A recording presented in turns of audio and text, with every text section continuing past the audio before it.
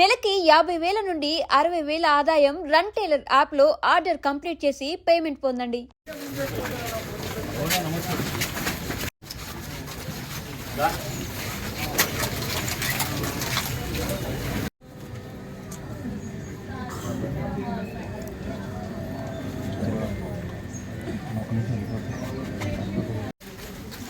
అందరూ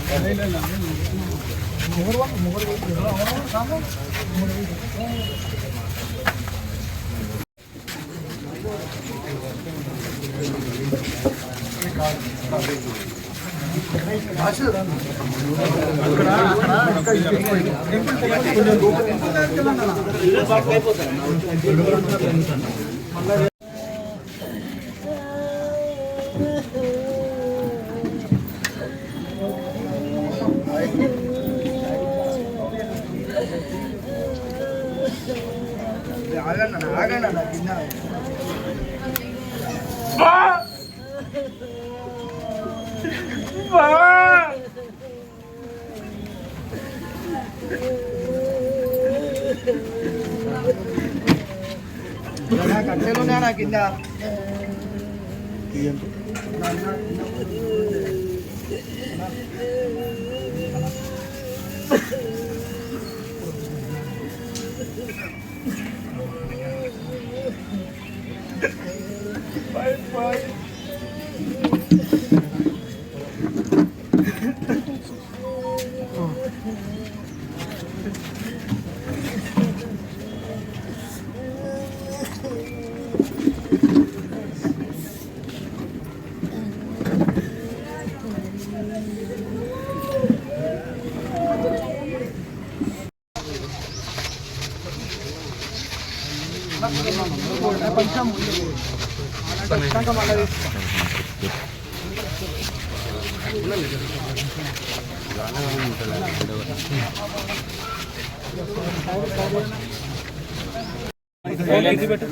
ఫిష్ వెంకట్ అనేది మీ అందరికీ తెలుసు.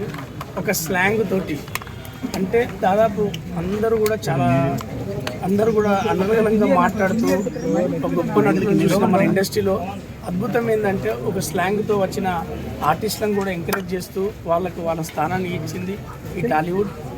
స్థానంలో ఫిష్ వెంకట్ అనేది ఒక మార్పు.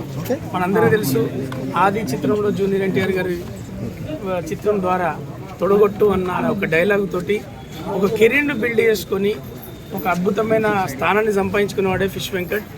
ఆయన స్థానాన్ని సంపాదించుకోవడం కాదు, అందరి మనసులను దోచుకొని అందరి డైరెక్టర్లకు కావచ్చు, అందరి ప్రొడ్యూసర్లకు కావచ్చు, అందరి నటీనటులు కావచ్చు, చిన్న పెద్ద అని సంబంధం లేకుండా కాకా బాబాయ్ అని సంబోధిస్తూ ఆయన ప్రేమ ఆయనకు అంటే ఎంతసేపు ఎదుటోనికి ఏదైనా ఇవ్వాలా, ఏదైనా చూసుకోవాలా అంటే ఎంత ప్రేమ పంచుకోవడానికి దావతులైనా ఇద్దామని అంటే అంత ప్రేమ చూసుకునేవాడు. సరే, మనందరికీ జీవితంలో నటీనటులకు అంటే మేము అలాంటి చిన్న ఆర్టిస్టులు గొప్ప నటులను చూసి నేర్చుకునేవి ఉంటాయి. ఇలాంటి మా బాబాయ్ని చూసి నేర్చుకునేది ఏంటంటే జీవితం అనేది చాలా విలువైంది, దాన్ని జాగ్రత్తగా కాపాడుకోవాలి, సమయాన్ని గుర్తించుకొని ముందుకెళ్ళాలి. ఇప్పుడు నేను చెప్తున్నా, నేను అప్కమింగ్ ఆర్టిస్టులకు కావచ్చు, మిగతా ఆర్టిస్టులకు కావచ్చు, ఇక్కడ ఉన్న మీడియా మిత్రులకు కావచ్చు, యూత్కి కావచ్చు, మన ఆరోగ్యం మించిన ఆస్తి లేదు. దాన్ని కాపాడుకుంటే కుటుంబాన్ని వదిలేసి వెళ్ళే స్థానం రాదు. మరి ఫిష్ వెంకట్ గారు మరి అతని దగ్గర మనం చూడాల్సిన పాఠం, గుణపాఠం కావచ్చు, ఏదైనా కూడా కావచ్చు. అతను లాస్ట్ వరకు కొట్లాడింది ఇంకొద్దిలా బాగుపడి, ఇంకొద్దిలా మళ్ళీ లేచి, మళ్ళీ నటించి వాళ్ళ కుటుంబాన్ని సెట్ చేయాలి అనే తాపత్రయం ఉండేది. మరి దానికోసం మేము ఫోన్లలో మాట్లాడినాం, ఎందుకంటే షూటింగ్లు అది దూరంగా ఉండేది. కానీ వద్దామనుకునే లోపు ఇది ఈ విధంగా జరగడం చాలా బాధాకరం. మళ్ళీ చెప్తున్నాను, మన ఆరోగ్యాన్ని మించిన ఆస్తి లేదు. అది కాపాడుకుంటే తప్ప మన కుటుంబానికి మనం చూసుకోవాల్సింది మనం ఉంటేనే మన చరిత్ర. అదొక్కటే మీరు అందరూ నేర్చుకోవాల్సింది, మేమందరం నేర్చుకోవాల్సింది. ఆయన ఎక్కడున్నా ఆయన ఆత్మశాంతి కలగాలని, వాళ్లకు ఆయన ఆశీస్సులుండి, వాళ్ళ కుటుంబానికి ఆయన ఆశీస్సులుండి, వాళ్ళ పిల్లలు వాళ్ళ మన ఫిష్ వెంకట్ ఎలా అయితే కోరుకున్నారో ఫిష్ వెంకటన్న వాళ్ళ సంబంధించిన వాళ్ళ గురించి ఏదైతే కోరుకున్నారో వాళ్ళందరూ అలా బ్రతికి ఆనందంగా ఉండాలని మాత్రం కోరుకుంటాం. ఆయన ఆశీస్సులు వాళ్ళకి ఎప్పుడు ఉండాలని, మా కోఆపరేషన్ కూడా వాళ్ళ పిల్లలకి ఎప్పుడు ఉంటుందని మేము మనస్ఫూర్తిగా తెలియజేస్తున్నా. ఫిష్ వెంకటన్న లేకపోవడం అనేది ఒక స్లాంగ్, ఒక ఆర్టిస్ట్ లేకపోవడం అనేది ఇండస్ట్రీలో అది కూడా ఒక లోటే, తీర్చలేంది.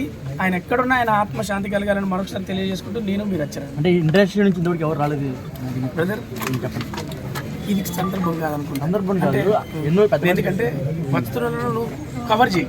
ఎవరు రాలేదు మనం